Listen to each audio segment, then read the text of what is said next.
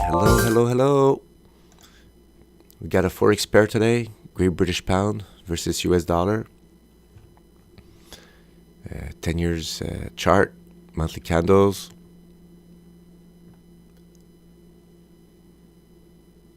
What do we have here?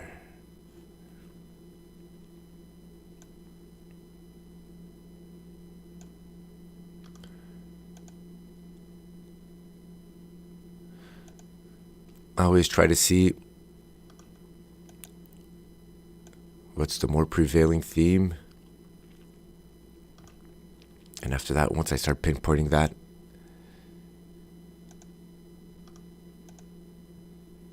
then I get an idea of what's the possible more intermediate patterns, which I could play to take off in either direction, either breakout or breakdown.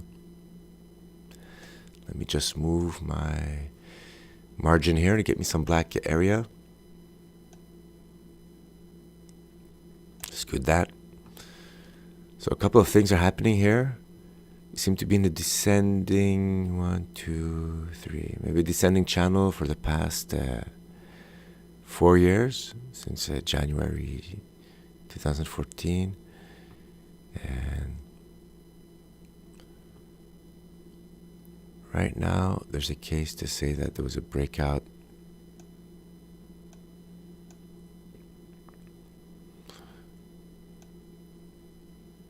right here. Or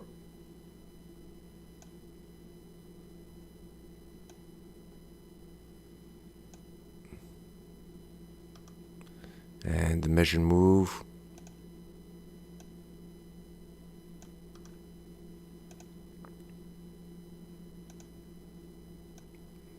would have been reached.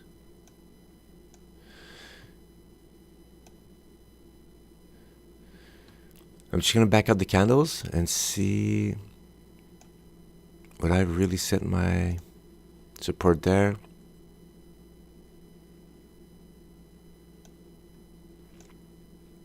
I could have actually set it here with that. You see how you get influenced? More candles are added, chart morphs, and then when you try to do backward analysis, then you let yourself influence by the actual candles that spawned. Actually, the best way, and I don't always do it, but I should, is just back up and eliminate those candles and let my mind act as if this was today, and it gives me more realistic practice of what the actual, what it's actually going to be when I'm going to be ready to do a real order in real time. I won't have all these candles. I won't cheat. And actually, you could say here, there's an even tighter range. These are monthly candles. On the weekly, this is probably a more defined pattern, but now it looks pretty sweet, the highs and lows. So this is a very tight rectangle that broke out right here, reaching its target in that same month. Not playable with my monthly candles, but somebody who'd be playing on the daily. Let's go see the daily. This is January 2017. There we go, it's loaded. I have 1 year of data. Okay, here it is. Scoot, shoot. And you see those all those candles above? Those are the wicks. I draw my lines on the open or the close of those candles on the monthly, and I consider everything in the wick intra noise. In this case, this is intra-day noise, but if I would have had weekly candles, it would have been my intra-weekly candles noise. And that's why the targets are different with my monthly candles than if I would play with weekly and daily.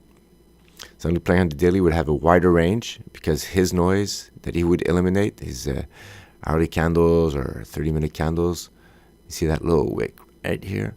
Well, he's just eliminating just a little less noise than monthly candles are eliminating. And let's just remove these are my That's my huge channel. You see the perspective? If you're on the 1 year daily or even 5 year daily, you might not even see that there's a descending channel going down. That's a prevailing trend. That's what you're going against. And just you have to know that it exists. So if ever you have a target and the target it goes through that, then and after that you don't reach your target because it bounces off that and goes back down, then it would have been good to know that you could have set your target just under that possible resistance, just to make sure you get out of that trade on the good side. Put all the chances you can of getting out of the trade on your profits limits, and don't get whipsawed or stayed in longer than you need in the trade. And here you see, that would be my daily. I could have said my daily support would be here, and I could even say this is a rising, ascending triangle right here. So the measured move on the daily for this slow pattern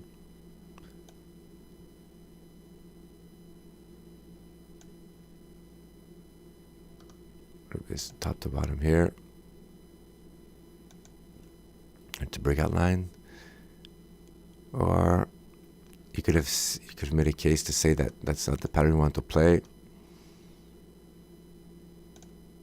There's a see, even this, I'm not convinced about this line.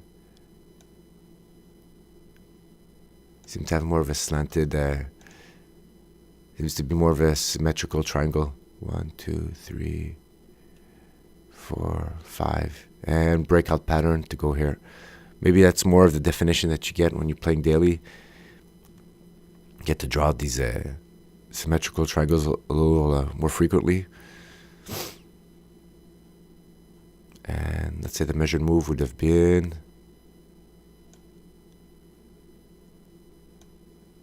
top to bottom, added to the breakout right here. All right, so on the daily,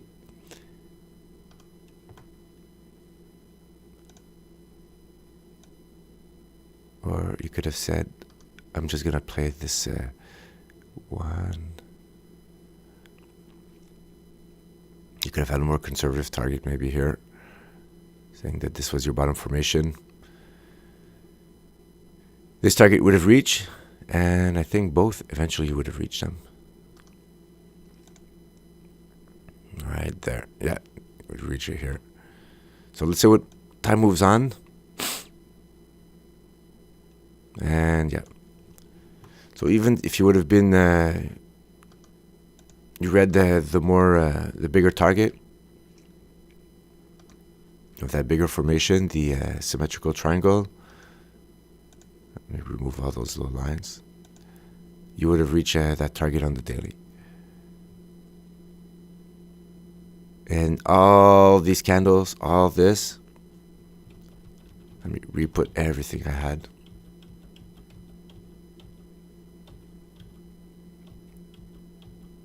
All right, there you go.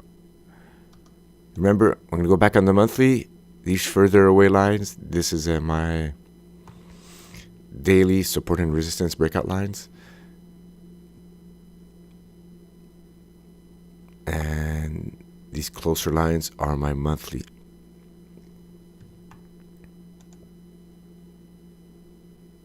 Back to the 10 year. And see how it looks like here. Let me just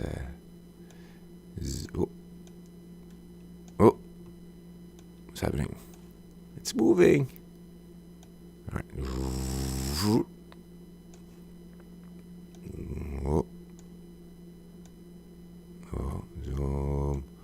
And all right.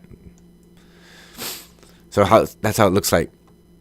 On the monthly, I would have never drawn those lines here because all this noise, the monthly candles eliminate all that. They decided to close here the candles, and that's where the strongest resistance and support are for that time frame.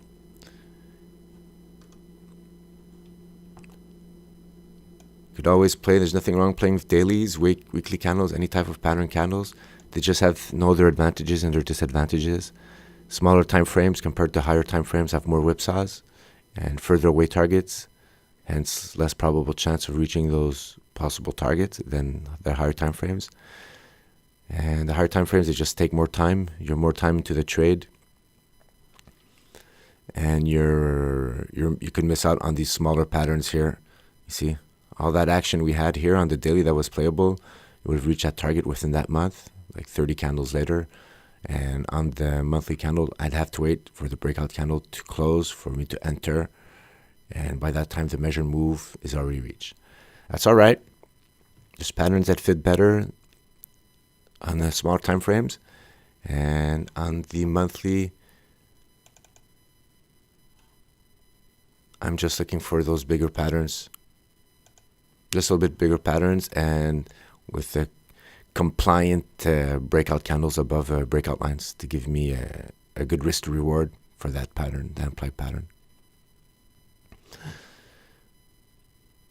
All right, let's just jot on. Been in an ascending channel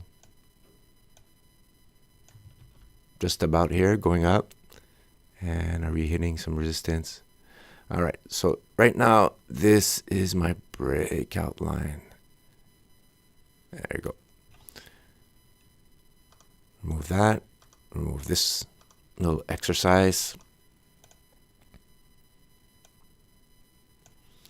And eventually, since we're starting to approach that resistance. See, this is a big move right there. This big move will bring us all the way back to 170, that high here, that 2014 high. So we still have a little way to go, more candles to go. And maybe here right now what we're seeing, again, if I go on the daily, is probably a takeoff pattern that's starting to dry out. There's probably a play to do on the weekly. And the measured move could maybe bring us to this breakout level here. And we're going to have some tests here before we jot out, go up. All right. Let's set just one more alert right here on what I think is the breakout level, the 146.21 area. If that gets triggered, I'll come back to the Great British Pound versus the US dollar. And where's my bearish scenario? Well, there's the ultimate bearish scenario here at the 122 level. I never say, or I try never say, oh, that's too far, I could never get there. The numbers, it's impossible that we go to 1.7. It's impossible. Everything's possible. Just look at what the price action has been telling you. And just wait till you get the pattern. And that's all it's going to give you, right? It's going to give you an implied measure move. And that's all you need. That little mechanism, that little rule. So you could apply your risk and money management protocols, right? Because that's what you're doing. You're applying risk and money management protocols to charting, or not actually charting or trading. That's just the mechanics to apply the money management protocols. Same thing probably with, poker players. They're applying risk and money management, their chip management protocols to the cards they have through poker, and then after that they're able to leverage when they have skewed favors, skewed odds in their favor, skewed risk to reward. And then they could apply their money management protocols, and they could just try to avoid the action or stall when they don't have those skewed or odds in their favor. And that's all they do, right? That's the name of those type of games. When you can't predict the future, you have to mitigate the losses, and that's it. Just mitigate the losses, and so you survive to see another day. Wait for those A++ stocks. Don't force yourself to see patterns where they aren't or shouldn't be. I absolutely want to play natural gas. Well, like the chart might not be compliant. Maybe it had a 10-year break, consolidation in the 80s. It broke out, in the 90s. And your timing just off. It's just maybe not time for you to play or have a breakout. So just look around and don't force the action on anything. Okie dokie. Could take one more thing. Ooh, look at that. Some big bearish divergence. Lower highs on the price action. Higher highs on the RSI. This might be running out of steam. So that scenario here that we're going to go test at 142. Well, might not happen in this case. So we might be going down here to test. That is yet to be seen. That could be a scenario that could be envisioned right now. Like that. In all cases, I'm just gonna wait for this to pan out. Okay, alerts are set, and that's time to say goodbye. Ciao.